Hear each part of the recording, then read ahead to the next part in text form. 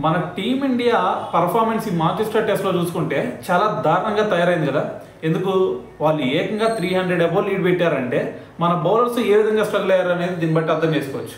అయితే మరి దీని గురించి మైకల్ వాన్ అతను ఏమన్నాడంటే శుభ్మన్ గిల్ కెప్టెన్సీ దీని అంతటి కారణం అని చెప్పి చెప్తా ఉన్నాడు. ఎందుకంటే ఇక్కడ ఏ కెప్టెన్ అయినా సరే ఇటువంటి సిచ్యువేషన్స్ ఉన్నప్పుడు కొంచెం తెలివిగా వ్యవహరించాలి.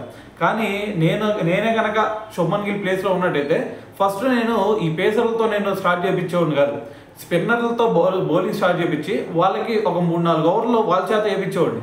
సో కానీ ఇక్కడ చూసుకుంటే మరి శుభ్మన్ గిల్ చూసుకుంటే అటువంటి ప్రయోగాలు ఏమీ చేయలేదు. సో మరి ఇక్కడ చూసుకుంటే పేసర్లకి సరైన వికెట్లు రావట్లేదు. దాని తర్వాత షార్దుల్ ఠాకూర్ అయినా, సిరాజ్ అయినా, బుమ్రా అయినా వీళ్ళు ముగ్గురు కూడా సరైన పేస్తో బౌలింగ్ వేయలేకపోతున్నారు. మరి ఇటువంటి సిచ్యువేషన్లో ఏం చేయాలా? ఒక స్పిన్నర్లను లోపల తీసుకొచ్చి స్పిన్నర్లతో కొంచెం మాయాజాలం చేయించాలి. సో మరి దాని తర్వాత వీళ్ళు ఎప్పుడైతే వీళ్ళకి వికెట్లు రావట్లేదో అప్పుడు వాళ్ళని తీసుకొస్తే కొంచెం బాగుండేది. సో కానీ ఇక్కడ శుభ్మన్ గిల్ ఈ తప్పు చేశాడు, నేనైతే కెప్టెన్గా ఉన్నట్టయితే మరి ఈ తప్పు చేసేవాడిని కాదని చెప్పేసి మైకల్ వాన్ శుభ్మన్ గిల్ గురించి అయితే మాట్లాడటం జరిగింది. సో మరి దీని గురించి మరి మీరేమనుకుంటున్నారనేది కూడా తెలియాలి కదా. సో కింద కామెంట్ చేసేయండి.